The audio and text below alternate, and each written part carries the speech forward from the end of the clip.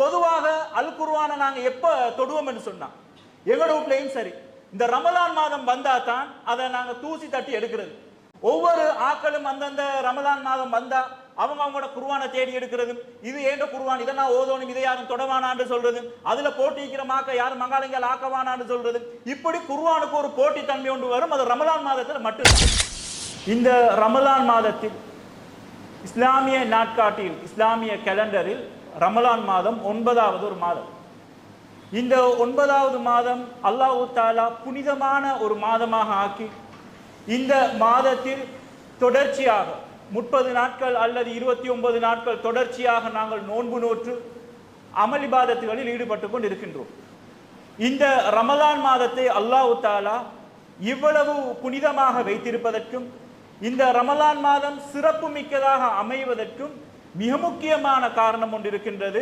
அது என்னவென்று சொன்னால், இந்த ரமலான் மாதத்தில் தான் அல்லாஹ் தஆலாவுடைய அல் குர்ஆன் அருளப்பட்டது. அப்போ நாங்கள் இப்போது ஓதிக்கொண்டிருக்கக்கூடிய இந்த அல் குர்ஆன் அருளப்பட்ட மாதமானது புனிதமிகு ரமலான் மாதமாக இருக்கின்றது. அல்லாஹ் தஆலா அல் குர்ஆனிலே ஷஹ்ரு ரமலான் அல்லதி உன்சில ஃபீஹில் குர்ஆன், இந்த குர்ஆன் ரமலான் மாதம் அருளப்பட்டது. ஹுதல் லின் நாசி, இந்த குர்ஆன் என்ன செய்யும்? அது மனிதர்களுக்கு நேர்வழி காட்டும். வபையினாத்தின் மினல் ஹுதா, அது மக்களுக்கு தெளிவாக நேர்வழியை காட்டக்கூடியதாக இருக்கும். வல் ஃபுர்கான், சத்தியத்தையும் அசத்தியத்தையும் பிரித்து காட்டக்கூடியதாக இருக்கும். அப்ப அல் குர்ஆன் என்றது மக்களுக்கு நேர்வழி காட்டக்கூடியது, தெளிவாக நேர்வழி காட்டக்கூடியது. எது சரி எது பிழை என்பதை சரியான ஒரு அளவுகோலாக, இதை செய்தால் உங்களுக்கு நன்மை கிடைக்கும், இதை செய்தால் நீங்கள் பாவியாக விடுவீர்கள், இதை மட்டும்தான் நீங்கள் செய்ய வேண்டும், இதை நீங்கள் தொடவே கூடாது என்று சொல்லி எது சரி எது பிழை என்பதை தெள்ள தெளிவாக அல் குர்ஆன் எங்களுக்கு கற்றுத் தந்து இருக்கின்றது.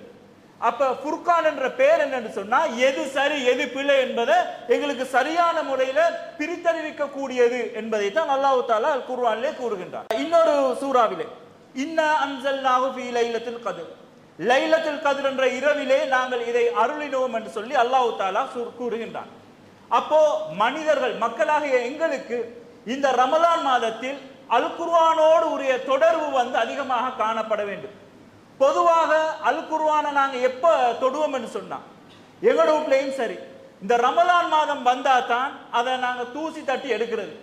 ஒவ்வொரு ஆக்களும் அந்தந்த ரமலான் மாதம் வந்தா அவங்க அவங்களோட குர்ஆனை தேடி எடுக்கிறது. இது ஏண்ட குர்ஆன், இதை நான் ஓதோனும், இதை யாரும் தொடவானான்னு சொல்றது, அதுல போட்டிக்கிற மாக்க யாரும் மங்காளிங்கள் ஆக்கவானான்னு சொல்றது, இப்படி குர்ஆனுக்கு ஒரு போட்டி தன்மை ஒன்று வரும். அது ரமலான் மாதத்துல மட்டும்தான்.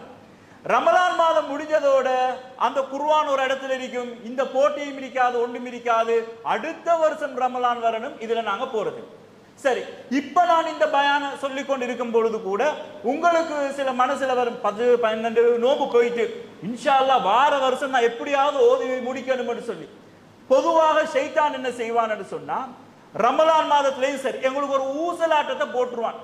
12 நோம்பு போயிட்டு இதுக்கு பிறகு ஓதி எங்க முடிக்க போறீங்கன்னு சொல்லி. அந்த எண்ணத்தை நீங்க எடுக்க தேவையில்லை. நீங்க மனசுல எப்படி எடுக்கணும் என்று சொன்னா, இருக்கிற 12 நோம்புக்கும் இல்லாட்டி 15 நோம்புக்கும் என்னால எவ்வளவு ஓத முடியுமோ அதை நான் ஓத வேண்டும். நான் என்னால எவ்வளவு என்னால ஓத முடிக்க முடியுமோ அதை நான் ஓதி முடிக்க வேண்டும். அல்லாஹ் கிட்ட எவ்வளவு நாம் பாவ மன்னிப்பு கேட்க வேண்டுமோ அவ்வளவு நாம் பாவ மன்னிப்பு கேட்க வேண்டும்.